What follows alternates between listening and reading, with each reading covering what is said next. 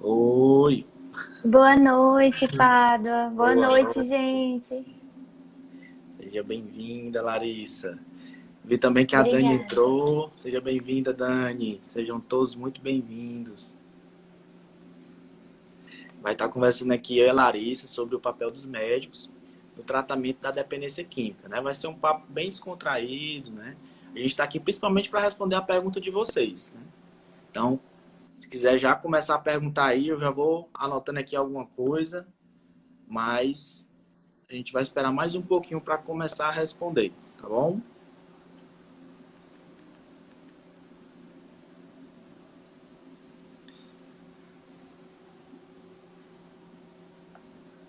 Valeu, Palácio. Dona Socorro, Jaiana, sejam bem-vindos, bem-vindas. Legal.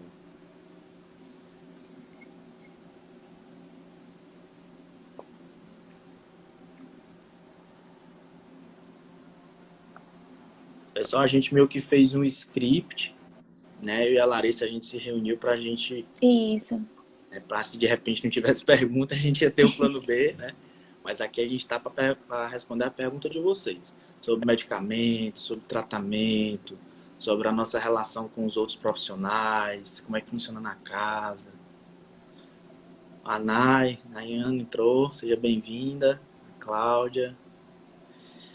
Pessoal, vocês estão vendo aí na telinha do celular de vocês um aviãozinho. Esse aviãozinho é para, quem não sabe, é para encaminhar para as pessoas, os seus contatos. Então, se vocês acham que esse tema que a gente vai conversar aqui, né, os médicos no tratamento da dependência química, se vocês acham que é importante, que vai ajudar alguém, então manda para as pessoas, pode mandar para várias pessoas. E esses coraçãozinhos aqui que estão subindo também, eu e a Larissa a gente descobriu que esses coraçãozinhos significa que vocês estão gostando e que esse é um conteúdo relevante, né? Então vai aparecer como um dos primeiros lá, para quem está seguindo a Casa Despertar, para quem está seguindo também a doutora Larissa. A Eli, seja bem-vinda, Eli. Saudade já.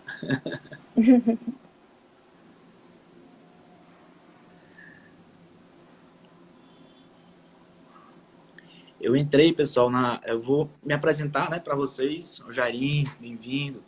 Vou me apresentar aqui para vocês. Eu me chamo Pádua, para quem não me conhece, sou médico clínico da unidade fazenda da Casa Despertar.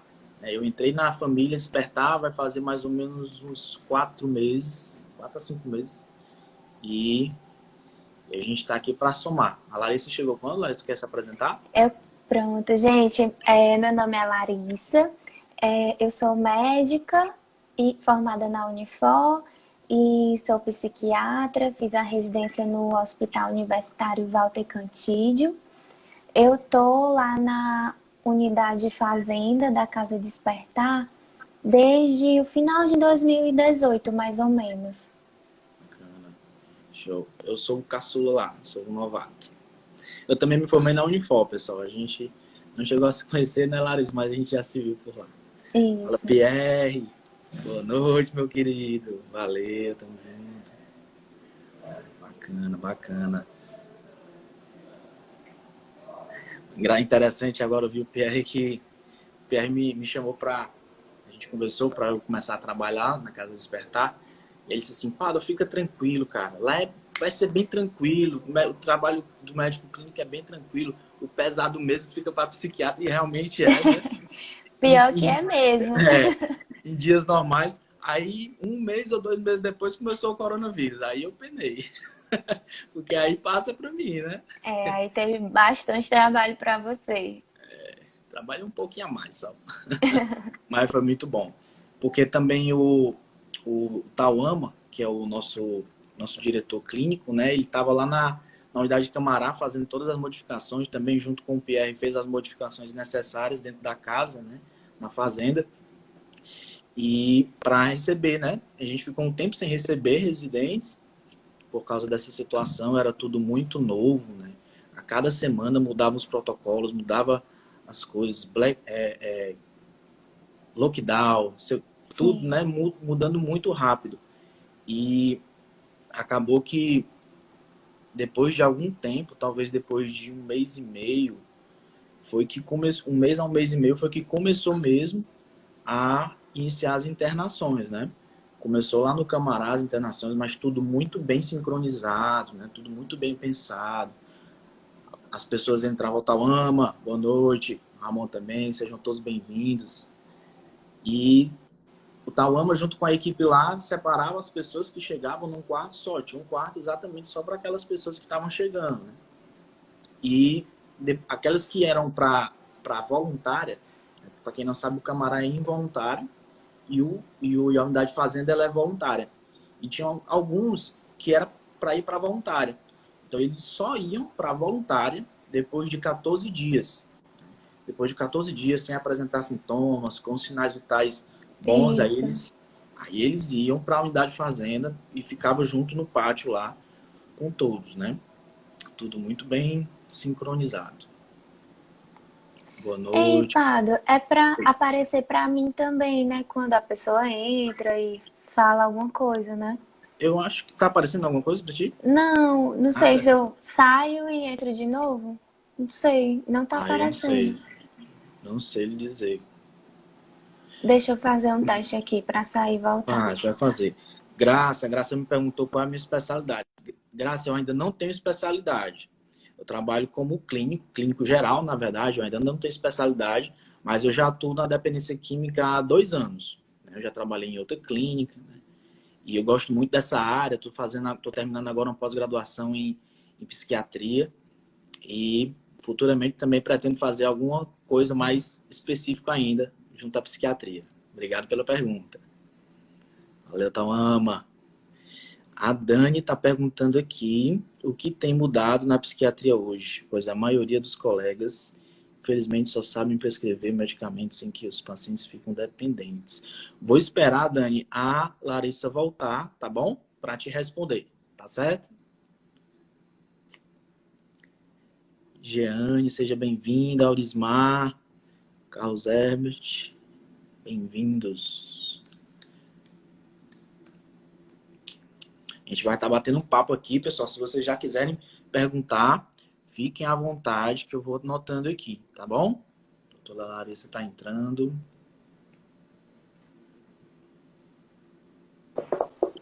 Pronto, acho que deu certo agora. Tá vendo as mensagens? Tô. Show. Larissa, assim que tu saiu, a Dani é uma colega minha, médica, nossa, na verdade, ela perguntou aqui, o que tem mudado na psiquiatria hoje? Pois a maioria dos colegas, infelizmente, só sabem prescrever medicamentos em que os pacientes ficam dependentes. Bom, com relação a essa pergunta, dá assim até para dividir ela para poder responder. Essa questão de só passar remédio é uma coisa que depende de cada profissional, né? Por exemplo, na minha formação, não existia apenas esse foco em passar remédio. Na minha formação em psiquiatria, a gente conviveu e aprendeu junto com toda a equipe multidisciplinar, consegue entender o papel de cada profissional da saúde, sabe que não é só o remédio que vai fazer ali, vai contribuir no tratamento. Além disso, também na residência a gente tem aulas sobre psicoterapia. Quando a gente termina a residência, a gente não é psicoterapeuta, mas a gente aprende para ter uma noção e poder orientar o paciente, poder compreender o paciente melhor, saber como conversar, né, mostrar coisas para ele que ele não vê, essas coisas. Então, assim, vai muito do profissional. Não tem como dizer que os profissionais de antigamente só sabem passar remédio, porque eu conheço vários de antigamente que também conversam, que também tentam entender o paciente. E com, com relação a remédios que deixam o paciente dependente, é assim, não são todas as medicações psiquiátricas que causam dependência. Existem algumas que têm o risco sim de causar dependência. Por exemplo, as medicações, os benzodiazepínicos, né, que são aqueles remédios de tarja preta, que a gente só consegue comprar com aquela receitinha azul. Pronto, esses medicamentos, eles têm um risco de causar dependência, mas eles podem ser prescritos, né? E o paciente toma com controle, com a prescrição médica, por um determinado período de tempo, né? De uma maneira assim mais controlada, tá certo? Perfeito, Larissa, obrigado. O... Quem perguntou aqui foi a dona...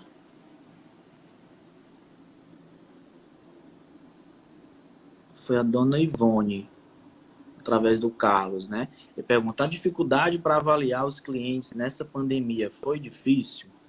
Muito obrigado, Carlos e dona Ivone. Eu acho que eu posso estar respondendo aqui essa pergunta para vocês. Não posso dizer que foi difícil, mas foi assim um desafio, né? Porque eu trabalho também no posto de saúde. A Larissa tem um consultório dela, não sei se ela trabalha em outro lugar. Então, por a gente estar em vários lugares, foi interessante que a gente ficasse em isolamento, que a gente não fosse ao trabalho. E graças ao ótimo sistema que a gente tem, com que a gente trabalha lá na Casa Despertar, a gente pôde fazer os atendimentos dos pacientes em home office, né? Então, os pacientes foram atendidos em home office. E quando tinham algo mais específico, tipo que precisava fazer o exame físico, a gente tentava de todas as formas resolver a situação do paciente para que não precisasse entrar em contato, que eu fosse lá para fazer o exame físico no paciente. Mas tudo saiu muito bem. Graças a Deus a gente não teve nenhum problema, né? Teve alguns pacientes, por exemplo, e a gente se comunica muito bem com a equipe, né? Às vezes quando a gente faz reunião, a gente se comunica bem, a gente tem um grupo só nosso. E as meninas da enfermagem também fazem um trabalho maravilhoso. E sempre que tinha alguém que estava com algum sintoma ali, que poderia ser um sinal suspeito, elas entravam em contato com a gente via, observava, dava algumas orientações, e aí tudo se resolvia da melhor forma possível. Teve um paciente que acabou precisando sair da clínica, que foi atendido fora, né, porque ele estava com alguns sintomas que poderia ser suspeito de Covid, né. E aí, mais ou menos um mês e meio, não, acho que faz mais ou menos um mês que a gente voltou, não, faz menos de um mês, a gente voltou agora a atender presencial. Tava com saudade de atender presencial, mas também foi muito bom, foi uma experiência muito boa. Porém, como você falou assim, não foi exatamente difícil, mas foi desafiador, porque eu precisava ver as fotos. A pessoa estava com uma ferida no braço, eu tinha que ver a foto e eu olhava, às vezes a foto não era tão boa, né? Mas a gente ficava atendendo ali ao vivo, né? A tela grande. Então, essa conversa com o paciente, colocando tudo no sistema, colocando as medicações, imprimindo exames que precisavam ser feitos. Isso tudo foi feito de uma forma bem tranquila. Pois é, para a psiquiatria também assim foi tranquilo porque a gente não faz tanto assim exame físico, né? É mais conversando mesmo com o paciente. O que atrapalhou foi a distância, né? Que também até os próprios pacientes reclamaram que é diferente o atendimento presencial. Exatamente, tem uma grande diferença, né? A gente se sente mais próximo, né? Tem uma colega minha que ela é coordenadora de um dos CAPs, ela disse para mim, Pada, é uma das coisas que mais complica para a gente é porque no tratamento de doenças psiquiátricas a gente tem muito contato físico, né? Abraço, né? Tem aquele carinho, aquela empatia um pouco maior do que o comum, né? Então a gente meio que perdeu um pouco isso daí no início, mas já estamos voltando aí. Alana, seja bem-vindo, todos sejam muito bem-vindos. Pessoal, perguntem, não se encabule, a gente está aqui para responder. Se a gente não souber, a gente inventa, não estou brincando, a gente vê outra forma de estar respondendo vocês, tá bom? A Dani está perguntando aqui. E o que você acha da psiquiatria vinculada a outros tratamentos, como terapia holística, cristais?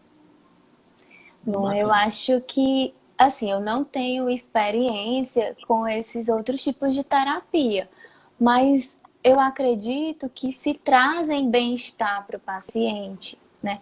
Se dão a sensação de ser acolhido pelo profissional, de ser ouvido, se proporcionam essas emoções boas para o paciente, que não impedem ele de continuar o seu tratamento tomando medicações, eu acho que é ótimo, né? São mais ferramentas para ajudar o paciente. Pronto, obrigado, Larissa.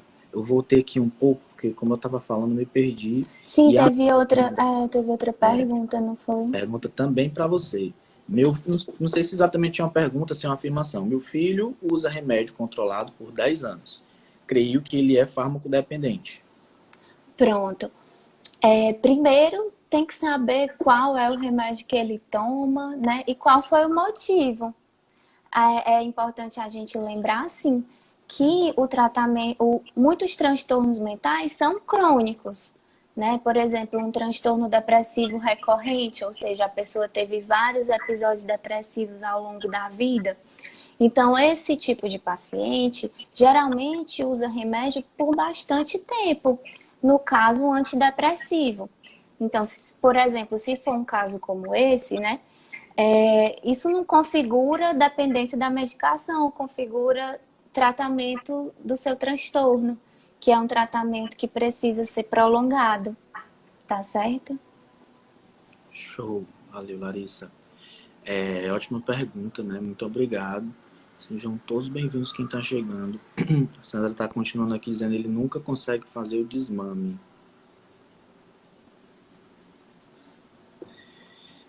Doutora Larissa, sou fã do seu trabalho.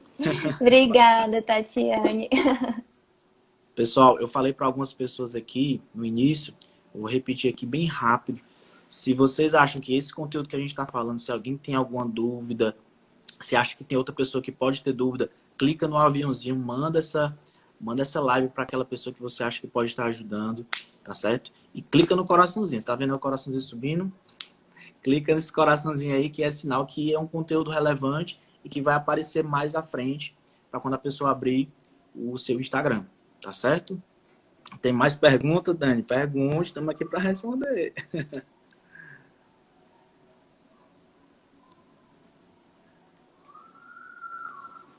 Essa questão, né, que a Sandra falou agora sobre desmame, a gente, novamente, né, a gente fala em desmame quando fala sobre os benzodiazepínicos, né, que são essas medicações de tarja preta.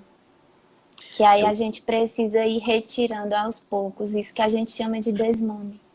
Os benzodiazepínicos, para mim, na atenção primária, eu trabalho no posto de saúde, na periferia, é um dos maiores desafios, sabe, Larissa? Porque como é que eu vou tirar o diazepam daquela senhora que já perdeu um filho para o tráfico, que quase todo dia ela escuta barulho de tiro e ela lembra do filho, e ainda tem outro filho que está envolvido no tráfico, e ela não consegue dormir, né? Então é bem complicado. E ela já toma mais de 10 anos. Né? Como é que eu vou sugerir para ela tirar? Então é difícil, porque muitas vezes a gente se vê, principalmente no serviço público, sem outras ferramentas, né? Sem essas outras ferramentas, justamente pela falta de investimento mesmo, né? Sem ter outros profissionais, né? E aí acaba recorrendo muito a remédio. Isso. Deixa eu ver aqui. Mandar um abraço para Flávia. Aqui a Helena, ela tá perguntando o transtorno delirante persistente. Qual o melhor tratamento? Pronto. O melhor tratamento é com antipsicótico. E aí, assim, sendo um... E aí a escolha do antipsicótico vai depender de cada paciente, como é que ele reage, né? Não tem, assim, um remédio específico.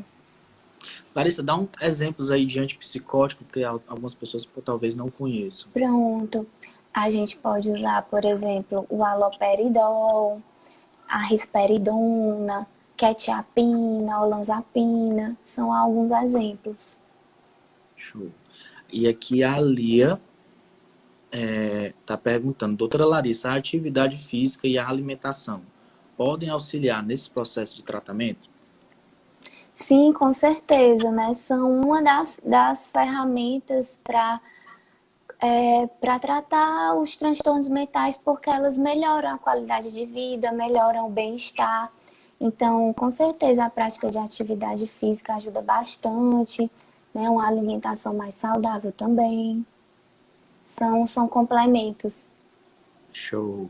A Eli aqui tá validando a gente. Muito obrigado, Eli. Isso é um amor. Obrigado.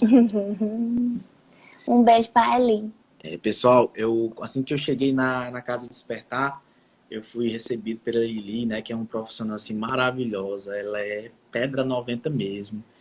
E aí eu fui conhecendo as pessoas aos poucos. A Larissa foi talvez não uma das últimas, né, mas assim, foi logo no, mas talvez na segunda semana eu acho que eu já a conheci.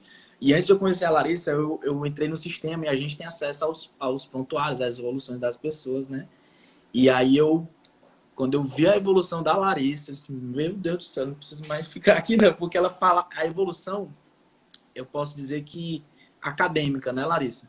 Do jeito que a gente Pois aprendeu na é. faculdade. Isso faz uma diferença enorme, porque todas as informações são importantes. Às vezes o paciente traz uma informação que pode passar desapercebido, mas quando você coloca ali no prontuário, outro profissional vai ver, eu vi essa mesma coisa, ele falou essa mesma coisa.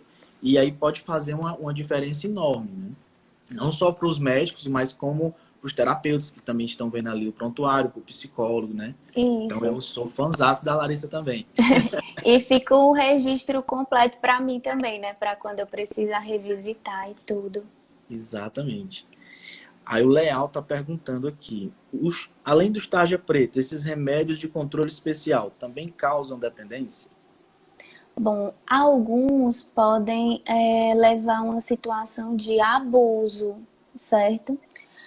Por exemplo, algumas medicações estimulantes, tipo o metilfenidato, né, que é usado, por exemplo, para o TDAH, né, e pode levar ao abuso, ou seja, tomar mais do que foi prescrito para ter outros tipos de sensações, não as que são esperadas para o tratamento.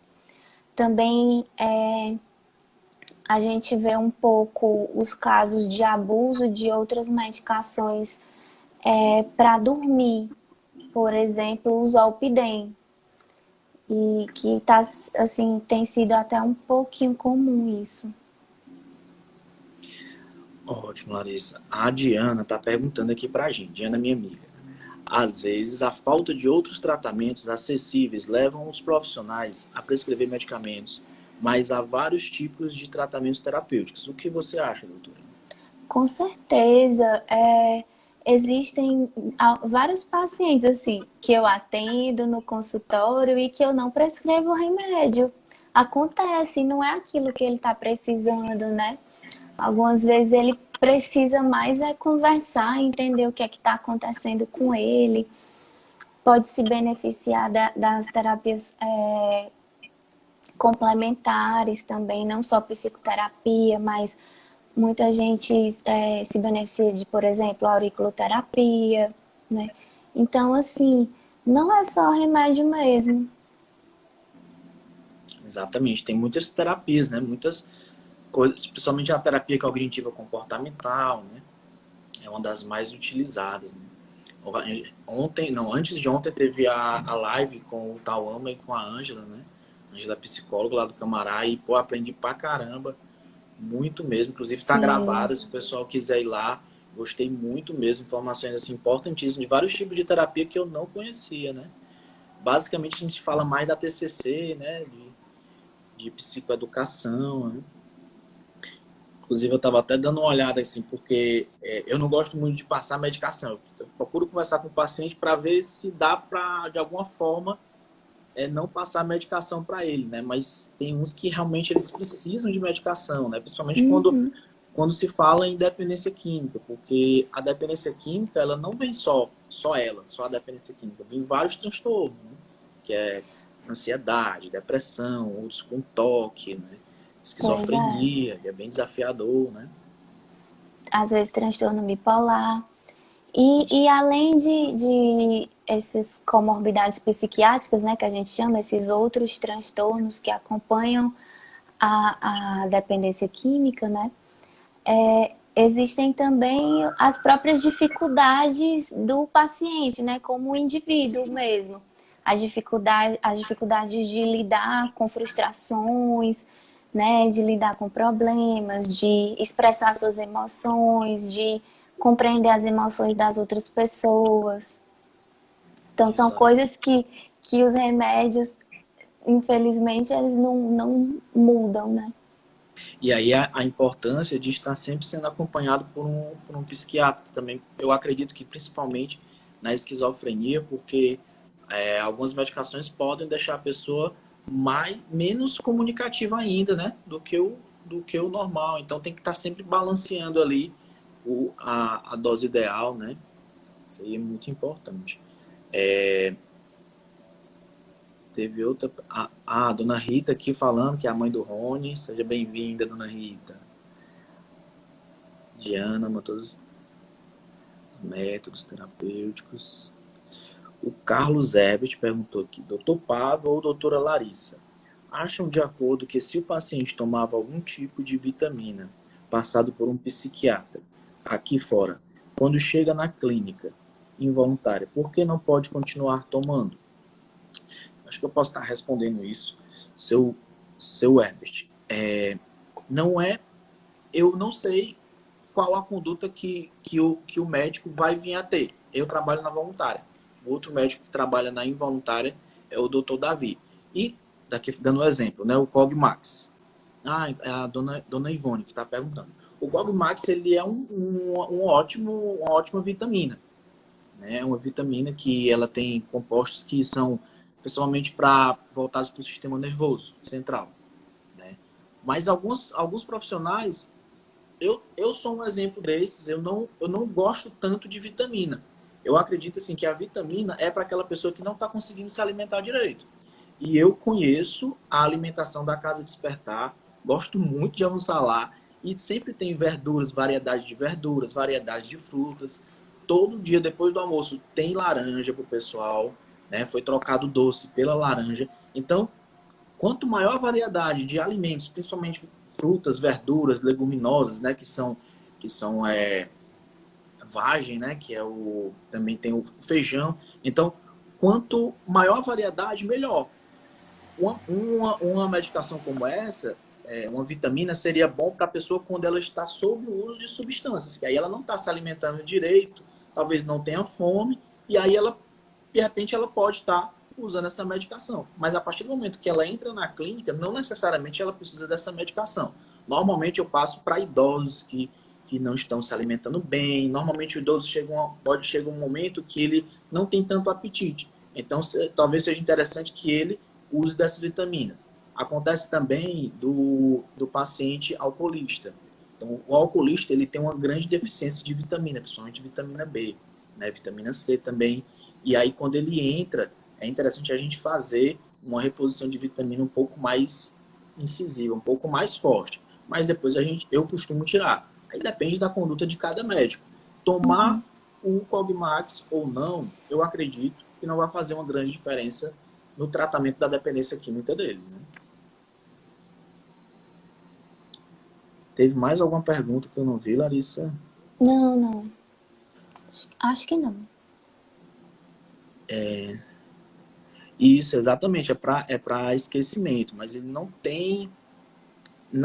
Eu desconheço uma eficiência grande do Cogmax em relação a isso. Nessa Larissa já tiver visto falar. Também não conheço, assim, uma evidência muito forte, né? Isso. Porque assim, nós da medicina, acho que a maioria das áreas, né, que a gente usa a ciência para a gente estar fazendo, para nós estarmos fazendo a nossa conduta. Então, é interessante que tenha que seja baseada em evidências, né?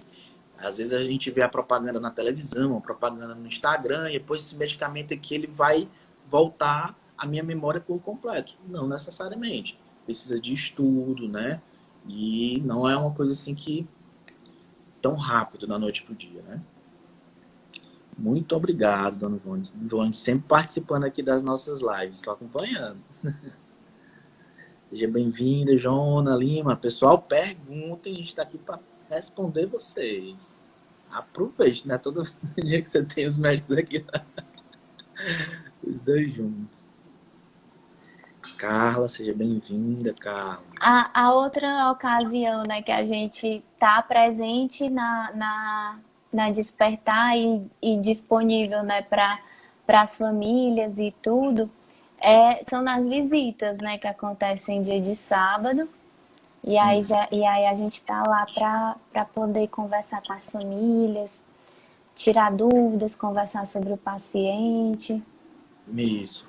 É até um momento que eu e a Larissa, a gente também troca umas figurinhas. Que estou eu e Isso. ela, sábado de manhã, a gente atende alguns pacientes, e aí de 15 em 15 dias tem a visita e a gente acaba conversando com a família, né? Faz parte lá da oração e tudo. E também tem o PAF, né? Às vezes o PAF, ele traz, um dos médicos vai, né, para falar de algum tema, tirar as dúvidas. O PAF é o Programa de Atendimento Familiar. Não sei se a sigla é exatamente essa, o significado. É esse, Larissa? Pois eu acho que é de apoio familiar. Apoio familiar. Onde os familiares dos dependentes químicos vão lá, tanto dependentes químicos que estavam na casa, como os que já saíram também. Então os familiares vão lá, porque, inclusive, antes de ontem, foi antes de ontem foi o papel da família, né? Da família no tratamento do dependente químico, que é muito importante. Esse tratamento da família, ele é muito importante. E que pode ajudar muito quando a família está bem, quando a família está consciente de toda a conjuntura do que é a dependência química, porque a dependência química ela não é só do usuário de drogas, ele é uma doença de toda a família, né? Afeta todo mundo, né? Isso mesmo. A Rita fala aqui, meu filho entrou na casa usando o Aldol e a fluoxetina, acompanhado há algum tempo pelo CAPS. Show, Rita. Da família. Isso aí. A dona Ivane tá sentindo falta do PAF. Vai voltar. Só não sei quando vai voltar. Faz uma diferença grande mesmo, PAF. A Diana tá perguntando, e quando o paciente sai e continua usando medicamento e drogas, qual o futuro deste ser, clinicamente falando? Sim.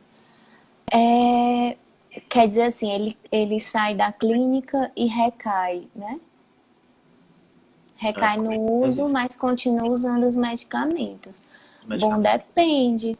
Tem, às vezes, aqueles medicamentos podem ajudar de alguma forma com que ele acabe não usando tanto assim, mas podem ser, assim, mais uma outra droga que ele esteja usando, dependendo de qual for esse medicamento, né? A gente sabe que alguns pacientes fazem esse tipo de uso, de usar substância e de usar o medicamento também, no sentido de como uma droga, né? Ótimo. É isso daí. Ó, o Marcelão, Falcão Performance, boa noite, meu amigo, seja bem-vindo. A Rita tá perguntando aqui, uma recaída apenas depois de 2 anos limpo, tem mais chance de mais rápida recuperação no caso do crack? Bom, as coisas, infelizmente, elas não seguem uma regra. Então, depende de cada pessoa, depende da história dessa pessoa, né? O que é que houve para ter acontecido essa recaída, o que é que significou essa recaída para essa pessoa, né? O que é que ela está pensando agora, quais são os objetivos, como é que ela está se sentindo. Então, são muitos fatores, né, que influenciam na recuperação. Às vezes, no caso de uma recaída como essa, né? E aí acaba que ela perde muitas coisas da vida que ela tinha conseguido conquistar por ter passado esses 2 anos limpo. Então acaba que essa recaída acaba tendo resultados mais dolorosos, né? De perder emprego ou casamento, né? Ela tá dizendo aqui que não deu moleza não, internou logo. Vou só comentar um pouco a respeito disso, né? Porque é como a Larissa disse, não tem uma regra, não tem uma linha que vai ser assim. Ele recaiu com 2 anos, vai ser assim. Ele recaiu com 3 anos, vai ser assim. É todo um contexto social, familiar, de comorbidades. Às vezes o dependente químico ele desenvolve comorbidades ou então piora uma doença que ele já tem. Comorbidades que eu falo é doença, né? Pode desenvolver esquizofrenia também, e isso ficar pior, uma ansiedade fica pior, ele pode entrar em depressão, né? Ele pode ter outras doenças que aí entra aqui no meu escopo, né?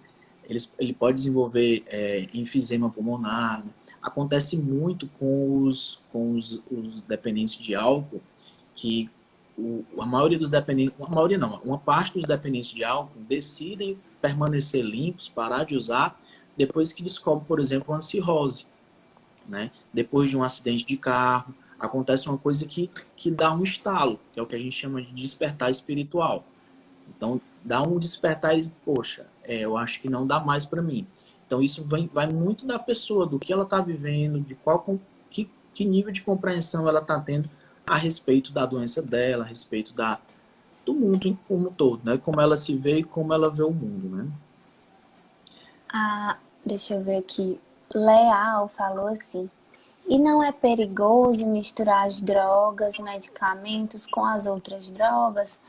Pois é, era isso que eu tava falando, né? Que se for, em alguns casos, por exemplo, se o paciente misturar, né, usar álcool junto com benzodiazepínicos, isso pode ser bastante perigoso para ele, né? Pode levar a estados assim em que a pessoa faz coisas que não faria, pode se colocar em situações de risco, além de levar inclusive ao coma, né? E à morte.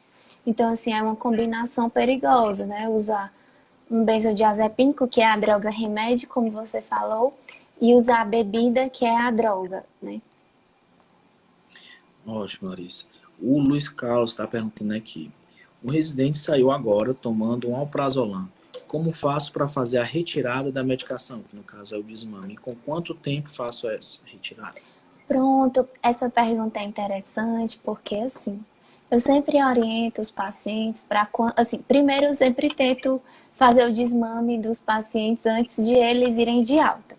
Mas nem sempre dá certo, né? O desmame desses benzodiazepínicos como o alprazolam. Nem sempre dá certo.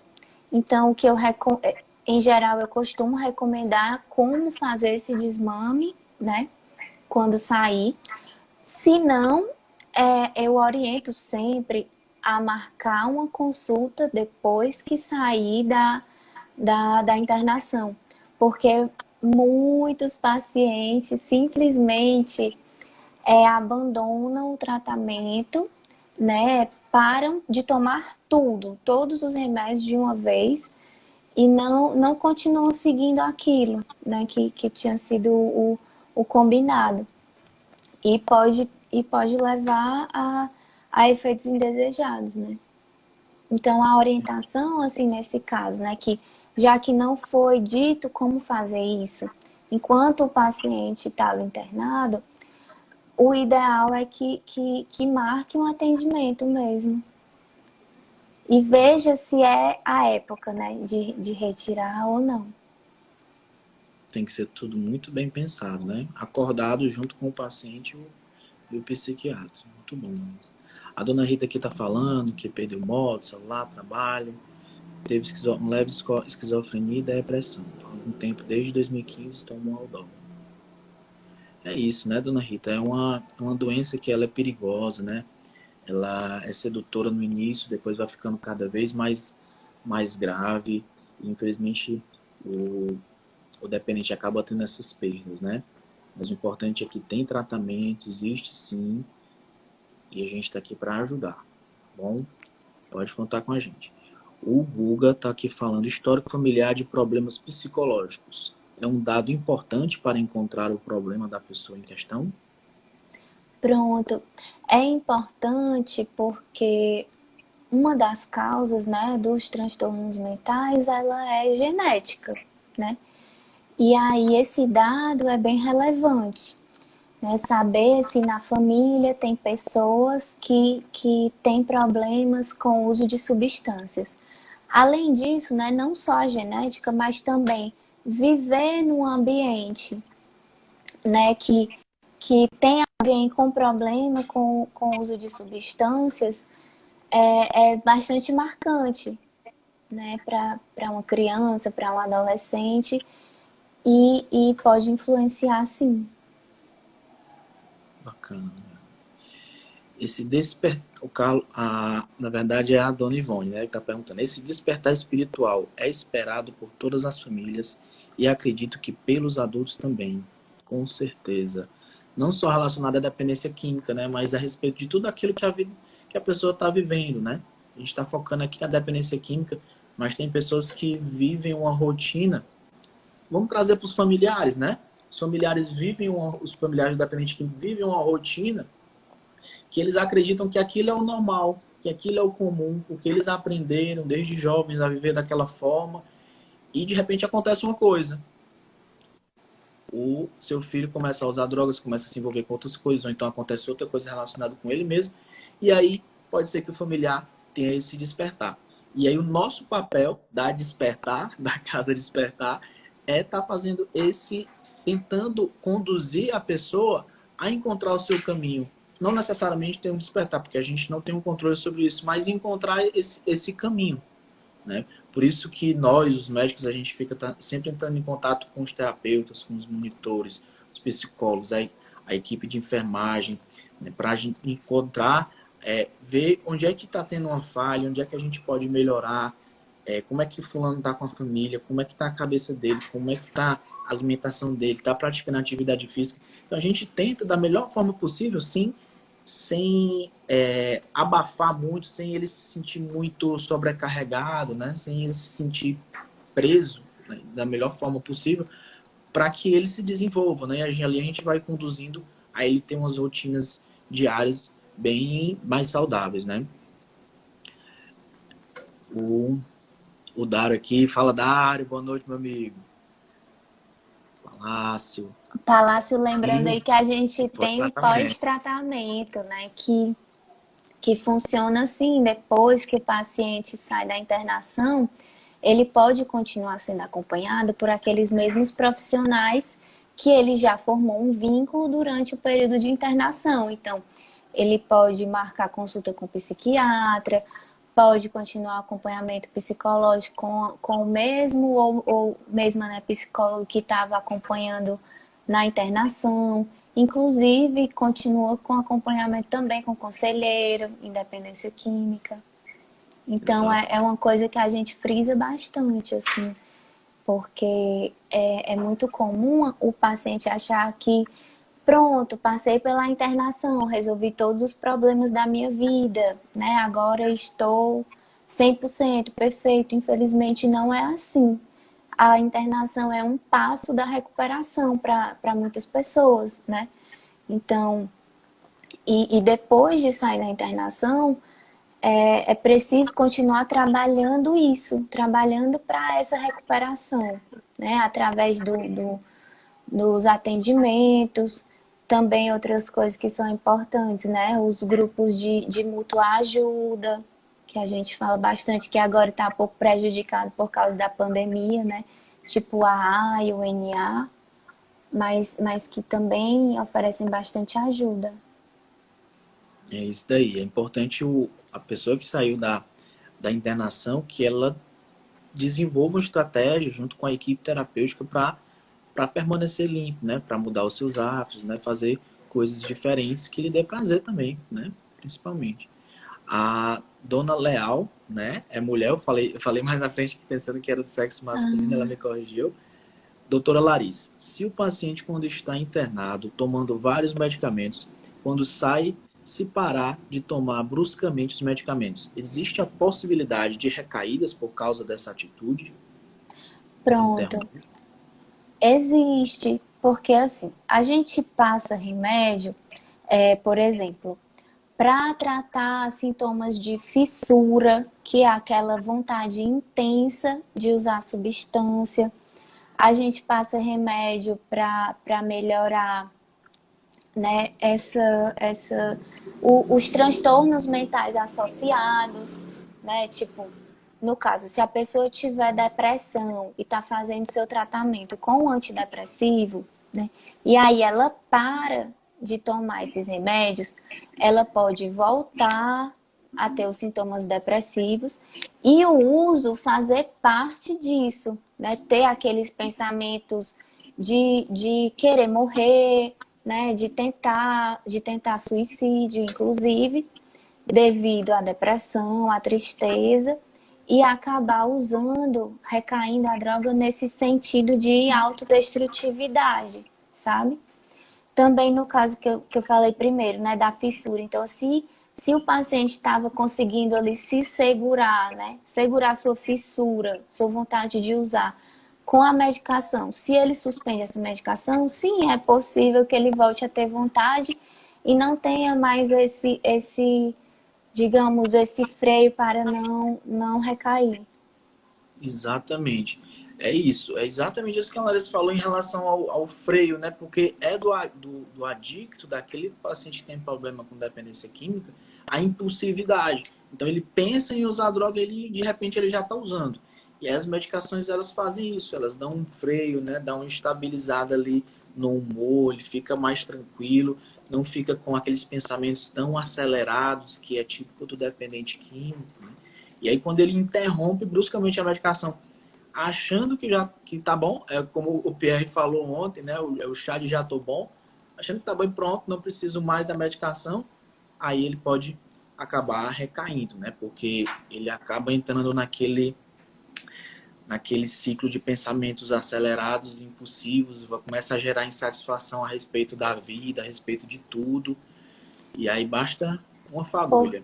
pois é, porque assim, muitas vezes o paciente tem uma ideia de que está curado, né? E que agora ele fez tudo certo e que merece receber apenas coisas boas, né? E aí quando ele sai, ele acha, não, eu tô limpo, eu vou conseguir um emprego, vai dar tudo certo no meu casamento e não vou mais brigar com meus pais. Só que não é bem assim, né? E aí ele deixa de procurar as ajudas e acha que as coisas vão seguir dessa forma, mas infelizmente não. É difícil conseguir um emprego, né? As dificuldades, os conflitos familiares geralmente não são exclusivamente relacionados ao uso de drogas, tem outros problemas familiares que continuam existindo, mesmo sem o uso, né? Então, é um tratamento que é bastante, assim, contínuo. Exatamente, é isso mesmo. Larissa, a gente tá faltando aqui 9 minutos para encerrar a nossa live. A Rita tá perguntando, falou que, né, que quando ele sai de casa procura mais a igreja, não assiste às reuniões de NA. Não sei como que você vê isso, certo, Rita, em relação a ele ir para a igreja ou ir para a NA. Isso depende muito de onde ele se sente à vontade. Se ele se sente mais à vontade na igreja, se ele já tem amigos lá, se ele gosta daquele ambiente, traz paz para ele, ótimo. Aquele ambiente pode estar ajudando ele. Se ele se sente mais à vontade em NA, que ele vá para a NA.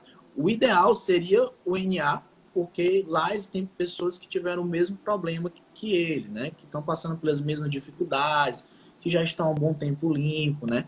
E podem estar ajudando melhor. Mas eu sei também que tem igrejas que têm grupos de estudo voltados exatamente para essa questão de dependência química, né? Trabalhando os 12 passos, enfim. Então, é uma coisa que é o caminho que ele vai seguir, né? É a experiência de vida que ele vai tendo que vai ajudar ele a encontrar o caminho.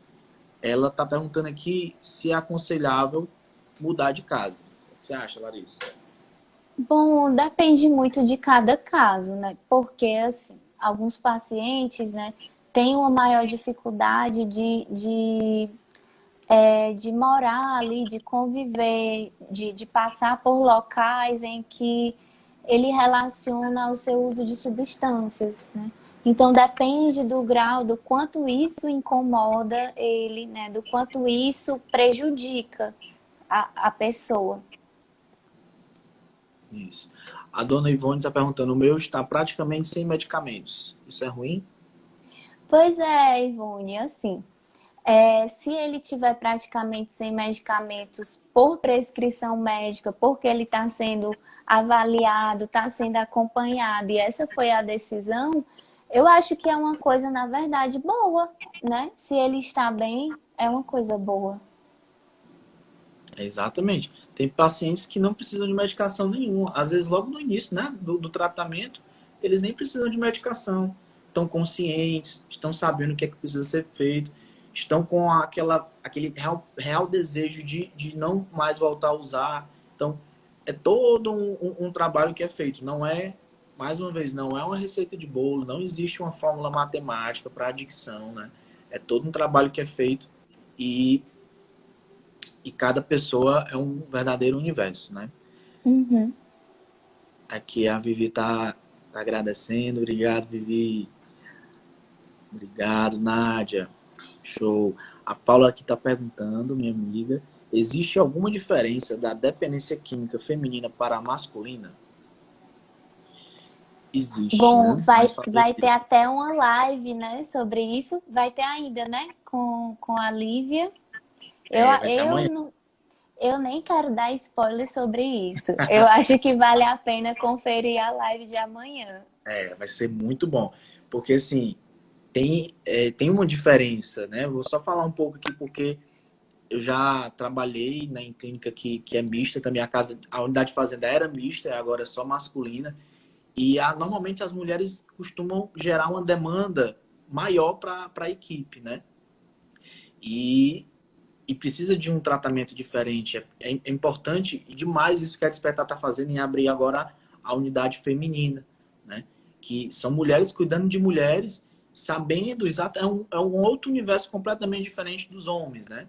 O que é importante para uma mulher, para um homem não é. Então, o tratamento é importante que seja diferente, né? Então, vai ser bem bacana amanhã. Não vou perder, com certeza. Obrigado, pessoal. Obrigado demais. Muito bom ter todos vocês aqui, viu? Larissa, tu quer falar mais alguma coisa? Dar um recado, pessoal? Acho que só agradecer mesmo todo mundo que ficou aqui para ver a gente, né? Só agradecer. É muito legal. Assim, eu tava falando com a Larissa porque a gente tava meio ansioso, né? Eu falei com o Palácio também mais cedo, mas a gente começa a fazer e tudo vai fluindo. A dona Vai Rita dando está perguntando: certo. por que eles não, por que eles não têm sentimentos, não choram, mesmo que seja um motivo de chorar? Ai, Larissa. Mas, assim, é difícil essa pergunta, né? Porque quem é essa pessoa que não tem sentimento para nada, não tem sentimento por si, não tem emoções, né? Ou não tem emoção pelos familiares. O que é que está acontecendo mesmo? Fica difícil a gente dar uma opinião, né? É isso mesmo, é um mundo. Que transtorno de personalidade essa pessoa pode ter, né? Que doença ela pode ter? A gente não sabe, né? A gente não sabe é Isso. todo o contexto. Agradecer a todos, a presença de todos. Muito bom ter vocês. Gostei demais da interação. Não fiquei tão nervoso. E a Vivi está perguntando: e quando eles querem parar o medicamento? Pois diz que o medicamento está tirando o prazer sexual. Pronto, aí nesse caso, se o paciente, qualquer paciente, está sentindo efeitos colaterais e relaciona à medicação, né? É importante que ele procure o médico, o psiquiatra que prescreveu, converse a respeito disso, para que seja possível, né, avaliar uma mudança do remédio, né? Ou associar com outro remédio que talvez diminua um pouco isso. ou até mesmo se é o caso de diminuir, retirar, né? Então, assim, o primeiro passo realmente é procurar uma avaliação psiquiátrica. E associar também com outras terapias, né? Fazer alguma terapia que a gente estava conversando agora, uma terapia que ele goste, uma atividade física que ele possa fazer, né? Isso daí vai dar uma balanceada, né? Avaliar o custo-benefício, né, de ter esse remédio, né? Isso. Pessoal, a gente está encerrando, faltam 2 minutinhos para desligar aqui. Vamos agradecer a cada um de vocês. Obrigado mesmo de coração. Fiquei muito feliz, muita vontade também. Obrigado, Larissa. Se despeça aí pro pessoal. Pronto, gente. Queria agradecer a vocês que vieram aqui assistir a gente, a vocês que mandaram perguntas, vocês que mandaram aí os alôs, tá certo? E é isso, até a próxima. Até mais, pessoal. E não percam amanhã uma live maravilhosa falando aí sobre a adicção na dependência química. Tá bom? É Forte isso abraço, aí. pessoal. Tchau, Tchau, tchau. Até gente. mais.